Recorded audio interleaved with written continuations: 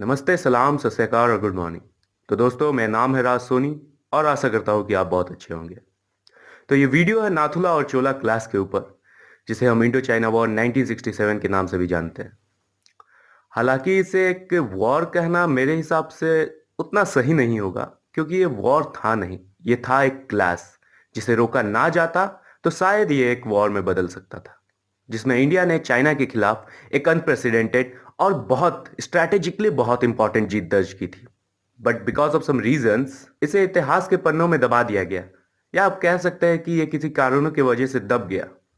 हम इस वीडियो में उन कारणों को भी देखेंगे। तो आइए शुरू करते हैं।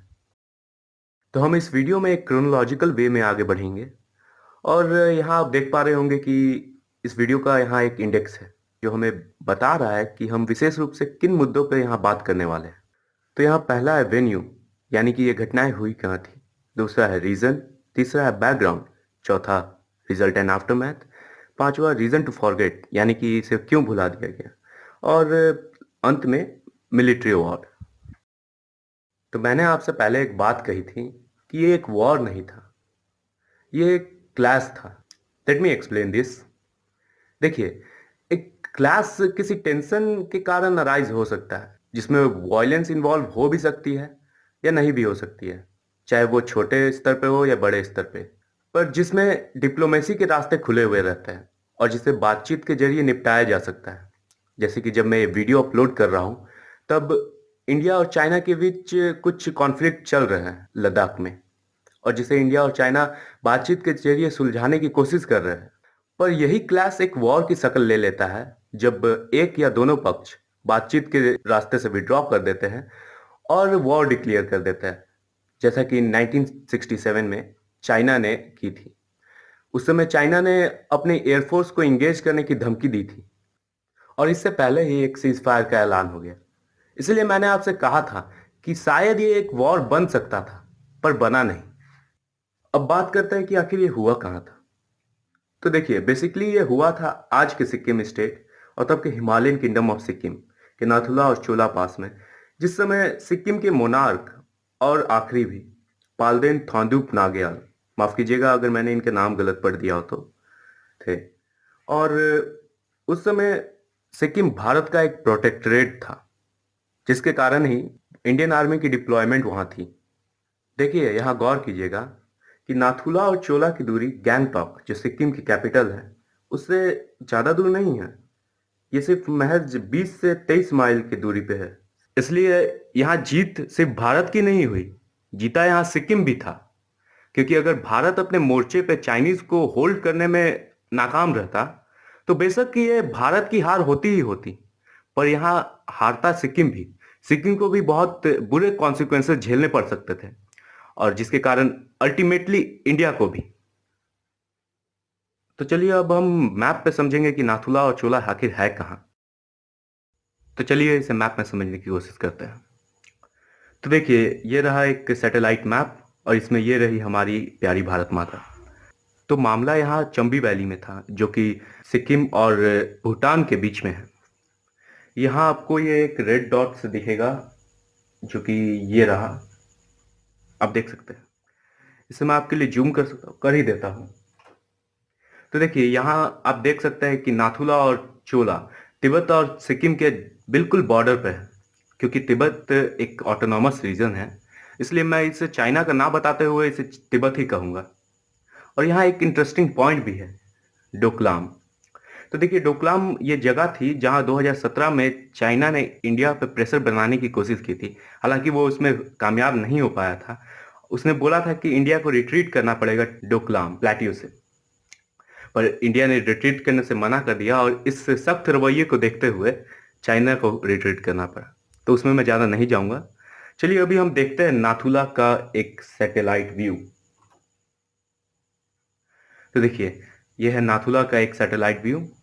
और यहाँ एक इंटरेस्टिंग बात यह है कि लगभग 4000 किलोमीटर के पूरे एलएसी में नाथुला एक इकलौता ऐसा जगह है जहाँ इंडिया चाइना के पोस्ट सबसे करीब है। 30 से 40 मीटर की दूरी पे है। आप यहाँ इस फोटो में देख सकते हैं। और एक इंटरेस्टिंग बात यह भी है कि यहाँ सिगरेट और बियर तक शेयर होती है चाइनीज और इंडियन आर्मी के बीच। तो आप यहाँ चोला का भी एक सैटेलाइट व्यू देख सकते हैं और वो भी तिब्बत के बहुत करीब है। तो अब मुझे लगता है कि आपको नाथुला और चोला की एग्जैक्ट लोकेशन पता चल गई होगी। तो चलिए हम अब रीजंस की तरफ बढ़ते हैं। तो रीजंस क्या रहे थे इन क्लास के?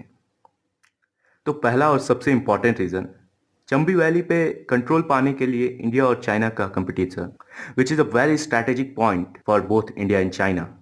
देखिए आप यहाँ मैप में गौर कीजिएगा, यहाँ है चंबी वैली का इलाका जो कि एक डैगर यानी कि एक खंजर की तरह दिखता है और मौका मिलने पर खंजर के समान इंडिया को नॉर्थ ईस्ट समेत भूटान और सिक्किम से बांटने का काम भी कर सकता है। क्योंकि देखिए यहाँ है चंबी वैली और यहाँ है सिलीगुड़ी कॉरिडोर, जिसे इंडिया का चिकन नेक भी कहा जाता है।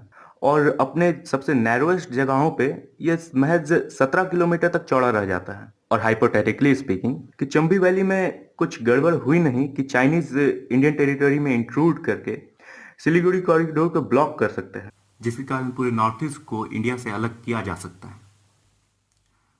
जानकार 1962 के इंडो चाइना वॉर के बाद इंडिया और चाइना के बीच लगातार बढ़ते टेंशन को भी एक कारण मानते हैं। तीसरा बड़ा कारण था कि चाइना नहीं चाहता था कि इंडिया उस समय के हिमालयन किंगडम ऑफ सिक्किम को सपोर्ट करे ताकि वो उसे अपने कब्जे में कर सके। अब खुद ही सोच के देखिए, उस समय सिक्किम की आबादी 1,70,000 थी, जिसमें सिर्फ राजा के पास 300 रॉयल सोल्जर थे जो कि पैलेस के डिफेंस में लगे हुए थे। और आप सोच के देखिए कि बिना किसी इंडियन सपोर्ट के, बिना इंडियन आर्मी के, ये 300 सोल्जर अपने राजा के पैलेस को कुछ घंटों के लिए डिफेंड कर लेते। यही एक बहुत बड़ी बात रहती चाइना के खिलाफ। पूरे सिक्किम को तो रहने ही दीजिए। तो चलिए हम आगे बढ़ते हैं। देखिए, किसी दो कंट्री के बीच एक कॉन्फ्लिक्ट सडनली एक झटके में स्टार्ट नहीं हो जाता है। इसके पीछे सालों की डिप्लोमेटिक टेंशन और वहां के जियोपॉलिटिक्स शामिल होती है। यहाँ हम एक टाइमलाइन के थ्रू उन चीजों को देखेंगे जिन्होंने इस क्लैश को हवा दी थी, या आप कह सकते हैं कि ट्रिगर किया था। इसकी शुरुआत हुई थी 1962 के इंडो चाइना वॉर से, जिसमें इंडिया को हार झेलनी पड़ी थी, जिसके बाद से ही इंडिया चाइना के बीच लगातार टेंशन बढ़ते गए।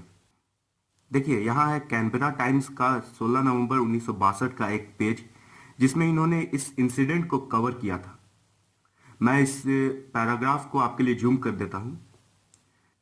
यहां मैं इनके दो पैराग्राफ को पढ़ना चाहूंगा। About 5,500 Indian troops have been killed, wounded, or posted missing in the action of Red Chinese first major border offense launched on October 20. Pandit Nehru yesterday strengthened India's border war effort by appointing a new team to the top of the defense ministry.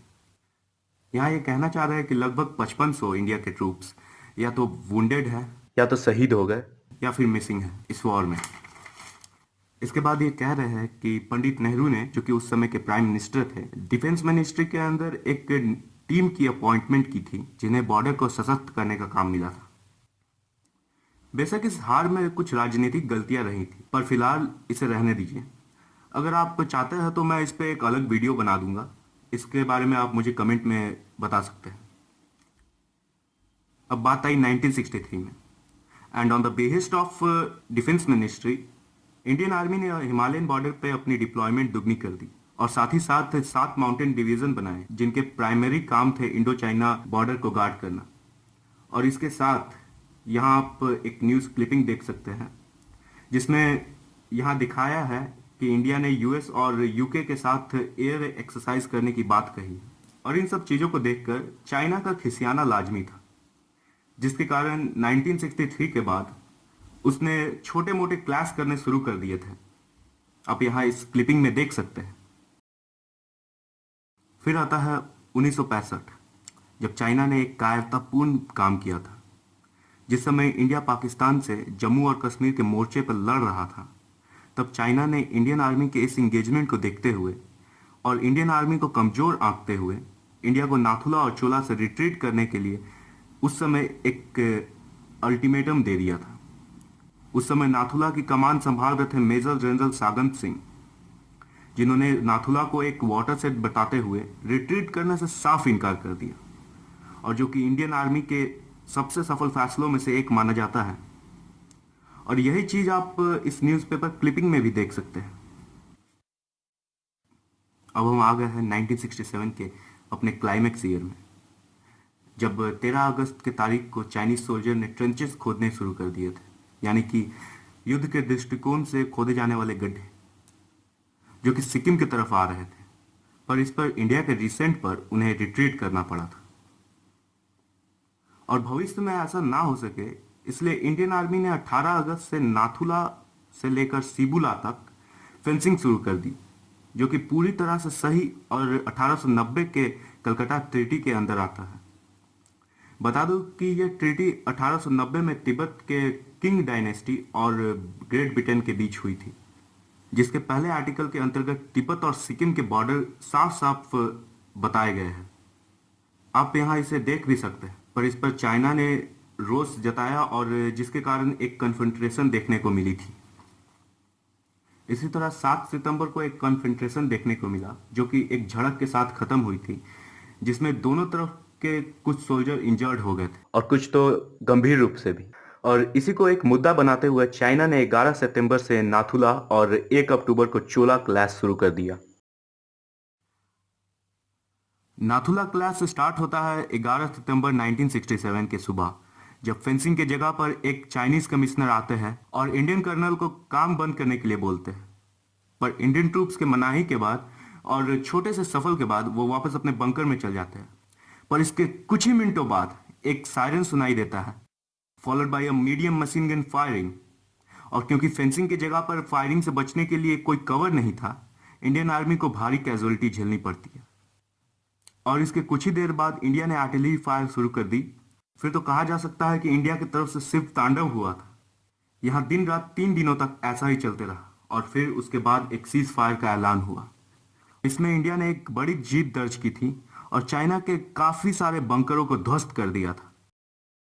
और इस हार से कुछ ना सीखते हुए Chinese army ने 1 अक्टूबर को चोला पर एक नया विवाद शुरू कर दिया था। उन्होंने सिक्किम में इन्फिल्ट्रेट किया और इंडियन आर्मी के वहां होने पर क्वेश्चंस किए, जिस कारण वहां चोला क्लैश शुरू हो गया। यहां भी नाथुला के तरह ही इंडिया को इनिशियल कैजुअलिटी झेलनी पड़ी थी, पर यहां भी हिंद के पीर सीना तान के खड़े रहे और चाइनीज को अपने पोस्ट से 3 किलोमीटर अंदर ढकेल दिया। और आज भी पूरा चोला पास इंडिया के हाथों में है। तो कैजुअलिटी कितने रहे थे? According to Indian defence ministry, India suffered 88 death और चाइना ने सफर किया था 340 डेथ। इसके अलावा चाइना भी अपने नंबर क्लेम करता है, जो कि इसके बिल्कुल अपोजिट है। पर मैं उन नंबरों को यहाँ नहीं बताना चाहूँगा, क्योंकि मुझे ऐसा लगता है कि मुझे नहीं बताना पड़ेगा कि नंबर्स को लेके चाइना के हाथ कितने तंग रहे हैं हमेशा से। फिलहाल अभी कोरोना वायरस का टाइम चल रहा है और अभी भी आप देख सकते हैं कि चाइना के कोरोना वायरस के केसेस के नंबर्स पे बहुत विवाद छिड़ा हुआ है। इसलिए उन नंबरों पे विश्वास करना असंभव सा बन जाता है। तो चलिए अब आगे बढ़ते हैं। देखिए, यहां जो कुछ भी हुआ उसने इंडिया और चाइना के रिलेशनशिप पे एक गहरा छाप छोड़ा था। और अगर आप स्टूडेंट हैं या किसी कंपटीशन की तैयारी कर रहे हैं तो this section is a panacea for you. क्या हुआ, कैसे हुआ, आप इसे एक तरफ रख सकते हैं और रिजल्ट और आफ्टर मैथ को एक तरफ। तो पहला है overwhelming performance of Indian army, यानी इंडियन आर्मी का अभूतपूर्व प्रदर्शन। जैसा कि मैंने आपको बता रखा है कि हमारे आर्मी ने नाथुला में चाइनीज के ढेरों बंकर को निस्तनाबूद कर दिया था, और ऐसे ही चोला में भी चाइनीज को 3 किलोमीटर पीछे ढकेल दिया था, जिसके कारण पूरे इंडियन आर्मी के गर्व में बेहद इजाफा हुआ था। 1975 में सिक्किम ऑफिशियली इंडिया का एक स्टेट बन गया था, जब वहां के रिफरेंडम में वहां के जनता ने मोनार्क को हटाने के लिए अभूतपूर्व समर्थन दिया था। और कहीं ना कहीं इंडिया के इन 2 क्लासों में जीत ने इसमें मदद की थी, या आप बोल सकते हैं इसे हवा दी थी। यहां सुनिएगा, अंग्रेजी में एक कहावत है कि peace is obtain when you achieve parity, यानी कि शांति समानता के पाने पर ही मिलती है। इस संदर्भ में आप कह सकते हैं कि दो बड़े देशों में शांति तभी आती है जब उनके बीच एक पावर इक्विलिब्रियम होता है, और इन क्लासों ने किया भी कुछ ऐसा ही था। इन्होंने इंडिया को चाइना के बराबरी पे लाके खड़ा कर दिया, जिसके कारण 50 से भी ज्यादा सालों तक दोनों देशों में शांति बनी रही थी। अगला पॉइंट है स्ट्रैटेजिक एडवांटेज इन 1971 इंडो पाक वॉर। देखिए 1971 में चाइना ने इंडो पाक वॉर में इंटरफेरेंस इसलिए नहीं की कि वो ऐसा करना नहीं चाहता था, बल्कि उसने ऐसा इसलिए नहीं किया क्योंकि उसे 1967 में ही इसका सबक मिल गया था। और यहां देखिए, अगर 1971 में नाथुला और चोला पे इंडियन ट्रूप्स की जगह चाइनीज रहते तो शायद वो बांग्लादेश में इंडियन आर्मी को घेर सकते थे, और ऐसा वो करते अपने प्रिय पाकिस्तान के लिए। और अंत में बिना किसी संदेह के इंडिया ने अपने 1962 के हार का बदला लिया था। तो इसे क्यों भुला दिया गया? तो पहला कारण था कि उस समय इस इंसिडेंट को मीडिया के द्वारा ज्यादा कवर नहीं किया गया था, जिस कारण रिसर्च के दौरान हमारी टीम को भी कई रिसोर्स और डॉक्यूमेंट को पाने के लिए मशक्कत करनी पड़ी थी। फिर देखिए, इसे दोनों देशों की तरफ से डाउन प्ले किया गया। चाइना का तो समझ आता है कि वो इसमें हार गया था, तो उसका डाउन प्ले करना लाजमी था।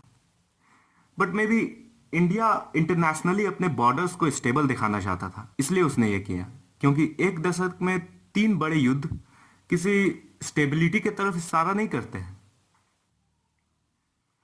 फिर देखिए, साइकोलॉजी की बात है कि लोग किसी बड़े चीज के सामने छोटे चीज को भूलने लग जाते हैं, और यहां भी बिल्कुल ऐसा ही हुआ था। 1971 में इंडिया को एक बड़ी जीत हाथ लगी, जिसमें इंडिया ने बांग्लादेश को पाकिस्तान से अलग कर दिया था। और इसी जीत के तर्ज पे 1967 के जीत को लोग भुलाने लग गए, जो कि अपने आप में एक बहुत बड़ा मुद्दा है। तो देखिए, अब हम आते हैं मिलिट्री अवार्ड के ऊपर। तो यहाँ मेजर हरभजन सिंह, ब्रिगेडियर राय सिंह यादव समेत लेफ्टिनेंट कर्नल महात्म सिंह को वीर चक्र से सम्मानित किया गया था, जो कि परमवीर चक्र के बाद दूसरे नंबर का सबसे बड़ा गैलेंट्री अवार्ड है। और साथ ही साथ पृथ्वी सिंह डागरा, सिपाही गोकुल सिंह और हवलदार लक्ष्मी चंद्र को वीर चक्र से नवाजा गया था।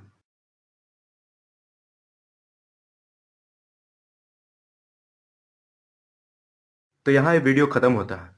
और अगर आपको ये वीडियो सहायक लगी हो और ऐसे ही और वीडियो पाने के लिए हमारे चैनल को सब्सक्राइब कीजिए और बेल आइकन दबा दीजिए।